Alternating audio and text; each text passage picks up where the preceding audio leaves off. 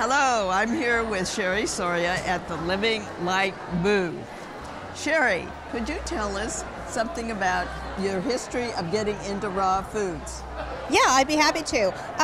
I started actually as a vegetarian chef when I was in my early 20s, and so I taught vegetarian and vegan cuisine for about 20 years before I went to the Living Light Institute, and I learned about the power, the healing power of raw foods, and that's when I decided that I really wanted to make the switch from a cooked vegan diet to a raw vegan diet. And because I was already teaching people how to make delicious vegetarian and vegan food, I just transferred all of my recipes, my cooked food recipes, into raw food recipes and created what people now think of as the gourmet raw vegan cuisine. Because I saw so many people at the Living Light Institute who went there because they were dying, and the raw food diet was so powerful in helping them to heal, but it didn't taste good enough for them to stay on that way of living for their entire life. So I knew that the food had to taste good, it had to look beautiful, and it had to have a variety of textures, and I just believed that I would be able to create that so that people would want to eat that way, not only if they were dying, but if they just wanted to be healthier and happier. Well, I have bought your book before, The Angel Foods, and that is a wonderful transition book there with both the vegetarian and then the vegan raw.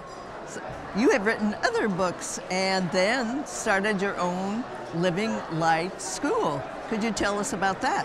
Yeah, Angel Foods, Healthy Recipes for Heavenly Bodies was my first book, and that was written in 1996 when no publisher would take the book because they said nobody wants raw food. But as you know, times have changed, and now people all over the world are embracing a diet of fresh, ripe, raw, lively foods.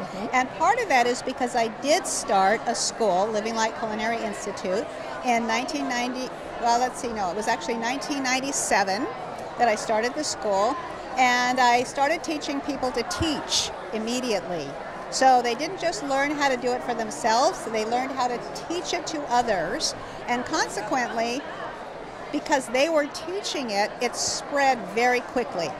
And people started coming to the school from over 60 different countries because they wanted to learn how to teach, how to share this information with others. And so we literally have thousands of people all over the world who are now teaching raw foods.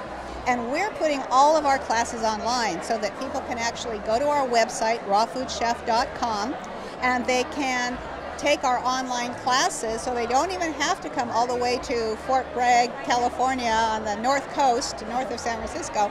They can actually study at home, and they can learn how to make healthy living delicious for themselves and their families just by taking the classes online. So that's what we're doing now. That's our newest project. Well, you have certainly been an inspiration to me, Cherie. I took a few classes from you, yes. And I can remember coming up to Fort Bragg there and the wonderful convention you had. And you even know how to present and how to make it easy to travel.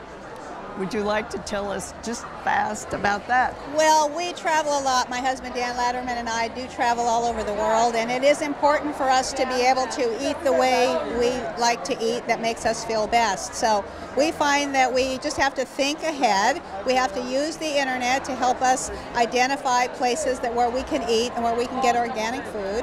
And, you know, it's worth taking a few extra minutes to know where your food is going to come from so that you can travel and you can stay healthy, because it's very easy to just grab something that's